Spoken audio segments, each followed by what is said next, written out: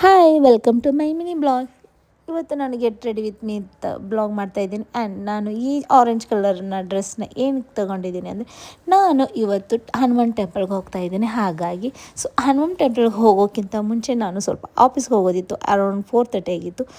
ಹಾಗಾಗಿ ಸ್ವಲ್ಪ ಬಿಸಿಲು ಇರುತ್ತೆ ಅಂತ ಸ್ವಲ್ಪ ಮಾಯ್ಶ್ಚರೈಸರ್, ಅದ್ರ ಜೊತೆ ಸನ್ಸ್ಕ್ರೀನ್ ಆ್ಯಂಡ್ ಡಾಟ್ ಆ್ಯಂಡ್ ಕಿ ಅವ್ರದ್ದು SPFದು ಫೌಂಡೇಶನನ್ನು ಅಪ್ಲೈ ಮಾಡಿಕೊಂಡೆ. ಅಂದರೆ ಇದು ಫೌಂಡೇಶನ್ ಅಲ್ಲ, ಈ ಕಡೆ ಸನ್ಸ್ಕ್ರೀನ್ ಅಲ್ಲ, ಹಾಗಾಗಿ ಸನ್ಸ್ಕ್ರೀನ್ ವಿತ್ ಫೌಂಡೇಶನ್ ಇದೆ, ಅದನ್ನ ಅಪ್ಲೈ ಮಾಡಿಕೊಂಡು ಅದ್ರ ಜೊತೆ ಬ್ರೌನಿ ಒಳಗಡೆ ಇರೋವಂಥ ಲಿಫ್ ಲೈನರ್ನ ಯೂಸ್ ಮಾಡಿಬಿಟ್ಟು, ಆ್ಯಂಡ್ ಲಿಫ್ ಲೈನರ್ ಯೂಸ್ ಆದ ತಕ್ಷಣ ಬ್ರೌನ್ ಕಲರ್ ಲಿಪ್ಸ್ಟಿಕ್ ಚಾಯ್ಸ್ ಮಾಡಿ ಲಿಪ್ಸ್ಟಿಕ್ ಹಾಕ್ಕೊಂಡೆ.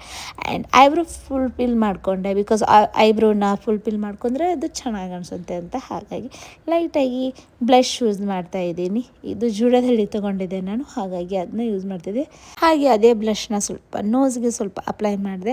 ಆ್ಯಂಡ್ ಬಿಂದಿ ಇಟ್ಕೊಳ್ಳದೆ ನಾವು ರೆಡಿ ಆಗೋದಕ್ಕೆ ಚಾನ್ಸೇ ಇಲ್ಲ. ಬಿಂದಿ ಇಟ್ಕೊಂಡು ಸ್ವಲ್ಪ ಬಾಡಿ ಲೋಷನ್ ಅಪ್ಲೈ ಮಾಡ್ಕೊಂಡು ವಾಚ್ ಹಾಕ್ಕೊಂಡು ವೇಲ್ ಹಾಕ್ಕೊಂಡೆ.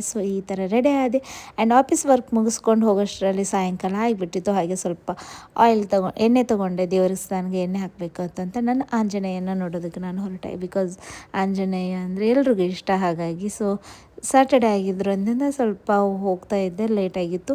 ಆ್ಯಂಡ್ ಸ್ವಲ್ಪ ಕಾಲು ತಗೊಂಡ ತಕ್ಷಣ ಅಲ್ಲಿ ದೀಪ ಹಚ್ತಿದ್ದಾರೆ. ಕಾರ್ತಿಕ್ ದಿನ ಆಗಿದೆ ಅಂತ ದೀಪ ಹಚ್ಚಿದೆ. ಅದೇ ದೀಪದಲ್ಲಿ ನಾನು ಎಣ್ಣೆ ಹಾಕ್ಕೊಂಡು ದೇವಸ್ಥಾನಕ್ಕೆ ಹೋಗ್ತಿದ್ದೆ. ನಾನು ಇದು ನುಗ್ಗಿಕೆರೆ ಹನುಮಾನ್ ಟೆಂಪಲ್ಗೆ ಹೋಗಿಬಿಟ್ಟು ದರ್ಶನ ತೊಗೊಂಡು ಚೆನ್ನಾಗಿ ಅನಿಸ್ತು, ಮನಸ್ಸಿಗೆ ಖುಷಿ ಆಯಿತು.